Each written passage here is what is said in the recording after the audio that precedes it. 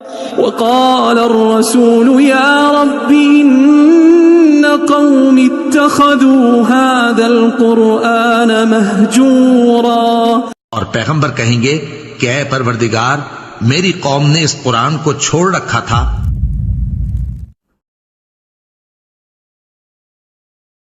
اب یہاں پر چلتے چلتے میں وہ سریہ ستارہ آ چکے، جب بھی اس کا ذکر ہو تو اس کے ساتھ ایک اور چیز بھی جڑی ہوئی ہے، اور وہ ہمارے استاد محترم ڈاکٹر اسرار احمد رحمہ اللہ تعالی بھی اپنے بیان القرآن کے اندر اس کو بیان کر کے کئی اور مواقع کے اندر کہ جی امام حنیفہ رحمہ اللہ کا ذکر جو ہے وہ قرآن میں موجود ہے اور بخاری اور مسلم میں موجود ہے۔ اور یہ صرف حنفیوں کا مسئلہ نہیں ہے، یہ غلام احمد قادیانی دجال کے ماننے والے کہتے ہیں کہ غلام احمد قادیانی دجال کا ذکر جو ہے وہ قرآن کے اندر اور بخاری مسلم میں موجود ہے۔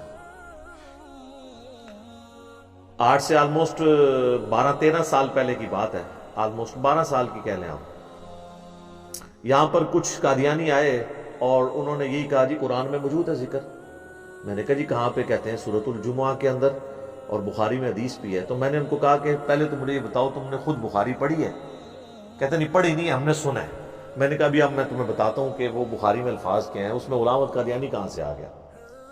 وہ ہے سورۃ الجمعہ پارہ نمبر 28 کے اندر اللہ تعالیٰ نے اپنے محبوب صلی اللہ علیہ وآلہ وسلم کی جو مبارک دعوت ہے اس کا ذکر کرتے ہوئے فرمایا هو الذی بعث فی الامیین رسولا منہم یتلو علیہم آیاتہ ویزکیہم، اور وہی اللہ ہے جس نے ان امیین میں، اہل مکہ میں یا ایسے لوگ جو پڑھے لکھے نہیں تھے ان میں سے، انہی میں سے ایک رسول بھیجا جو ان پر اللہ کی آیات تلاوت کرتا ہے اور ان کا تزکیہ کرتا ہے اور انہیں کتاب و حکمت سکھاتا ہے۔ وَإِن كَانُوا مِن قَبْلُ لَفِي ضَلَالٍ مُبِينٍ، اور اس قرآن کے نزول سے پہلے اور نبی علیہ السلام کے تشریف آوری سے پہلے یہ لوگ کھلی گمراہی میں تھے۔ وَآخَرِينَ مِنْهُمْ لَمَّا يَلْحَقُوا بِهِمْ، اور ابھی تو اور لوگ ہیں جو بعد میں آئیں گے اور ان سے آ کر ملیں گے، ابھی تک وہ ملے نہیں ہیں، یعنی تابعین۔ وَهُوَ الْعَزِيزُ الْحَكِيمُ، اور وہی غالب ہے اور حکمت والا ہے۔ اب یہ جو الفاظ ہے نا وَآخَرِينَ مِنْهُمْ لَمَّا يَلْحَقُوا بِهِمْ، تو صحابہ نے پوچھا، اس کانٹیکسٹ میں حدیث ہے بخاری اور مسلم دونوں کے اندر، کہ یہ کون سے لوگ ہیں جو ہمیں آ کر ملیں گے اور بعد میں وہ مسلمان ہوں گے کہ جن کی توصیف اللہ تعالیٰ نے قرآن میں بیان کی ہے۔ تو نبی صلی اللہ علیہ وآلہ وسلم نے حضرت سلمان فارسی جو آپ کے پاس بیٹھے ہوئے تھے ان کے کندھے پر ہاتھ رکھ کے کہا کہ اگر دین ثریا ستارے کی چوٹی پر ہوتا تو اہل فارس میں سے کچھ لوگ اس سے بھی حاصل کر لیتے، یعنی حضرت سلمان فارسی اتنی دور سے آ کر انہوں نے اسلام قبول کیا اور کتنے انہوں نے ادیان بدلے، آتش پرست تھے، پھر وہ اہل کتاب میں سے ہوئے، یہود و نصارہ میں سے، اینڈ پہ مسلمان ہوئے۔ تو نبی علیہ السلام نے تعریف کی اہل فارس کی، ایران والوں کی، کہ جی اگر دین ثریا ستارے کی چوٹی پر ہوتا تو وہاں سے بھی حاصل کر لیتے۔ اب اس میں نہ تو امام حنیفہ رحمۃ اللہ علیہ کا کہیں نام موجود ہے، نہ کہیں پر غلام احمد قادیانی دجال کا۔ وہ کہتے ہیں کہ جی وہ غلام احمد قادیانی کے جو باؤجداد ہیں نا پیچھے سے، وہ ادھر کے تھے۔ اچھا جی، امام حنیفہ کے بھی باؤجداد وہاں کے تھے، بلکہ وہ تو پیدا ہی خراسان کے اندر ہوئے۔ یہ پورا جو علاقہ ہے عراق، ایران اور افغانستان کی بیلٹ، یہ پورے کا پورا علاقہ یہ اسی میں آتا ہے، اہل فارس میں سے، کیونکہ یہاں پہ فارس کی حکومت تھی اس وقت، دو ہی امپائر تھی، رومن اور پرشین امپائر کی حکومت تھی۔ تو حالانکہ میں نے اس پہ بھی بات کی ہے کہ امام حنیفہ رحمہ اللہ کے جو بااجداد ہیں وہ افغانستان سے گئے ہوئے ہیں، وہ نسلاً جو ہے وہ افغانی ہیں، پھر بعد میں وہاں پہ شفٹ ہو گئے تھے۔ بہرحال وہ دھکے سے وہ ثابت کرتے ہیں۔ تو اس طرح تو آپ کسی کو بھی بیچ میں فٹ کر سکتے ہیں، جب تک نام نہیں آئے گا آپ اسپیسیفکلی کہہ تو نہیں سکتے۔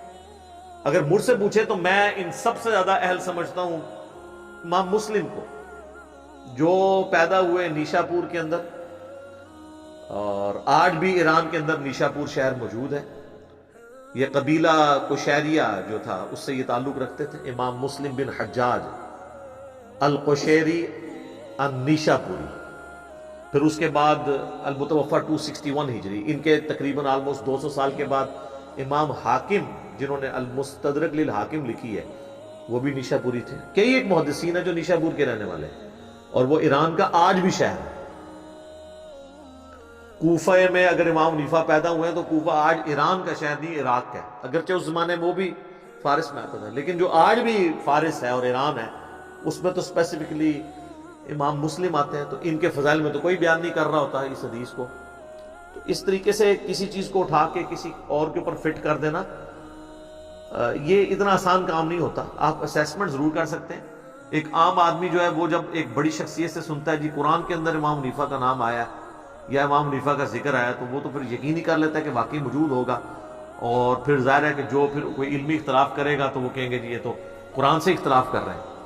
تو ایک غلطی جو ہے اس کی پھر کورالریز کہاں تک جاتی ہیں۔ تو یہ سریہ ستارہ جو ہے اس حوالے سے بھی کافی مشہور تھا، اس لیے میں نے اس کو اس کے ساتھ بھی ذکر کر دیا تاکہ لوگوں کو پتہ چل جائے کہ سریہ ستارے کے حوالے سے جو مسکنسیپشن پھیلائی گئی ہے کرونا وائرس کے اعتبار سے ہو یا علم نجوم کے اعتبار سے ہو، یہ بالکل غلط ہے، اور باقی جو اپنے اپنے بزرگوں کے فضائل اور برکات جو اس کے ذریعے بیان کیے گئے ہیں وہ بھی بالکل غلط ہے۔ ٹھیک ہو گیا جی؟ اللہ تعالیٰ سے دعا ہے جو حق بات میں نے کہی اللہ تعالیٰ ہمارے دلوں میں راسخ فرمائے، اگر جس بات میں میرے منہ سے کوئی غلط بات نکل گئی تو اللہ تعالیٰ ہمارے دلوں سے معاف کر دے، ہمیں کتاب و سنت کی تعلیمات پر عمل کر کے دوسرے بھائیوں تک پہنچانے کی توفیق عطا فرمائے۔ سبحانک اللہم و بحمدک اشہد ان لا الہ الا انت استغفرک و اتوب الیک وما علینا الا البلاغ المبین۔ جزاکم اللہ خیر۔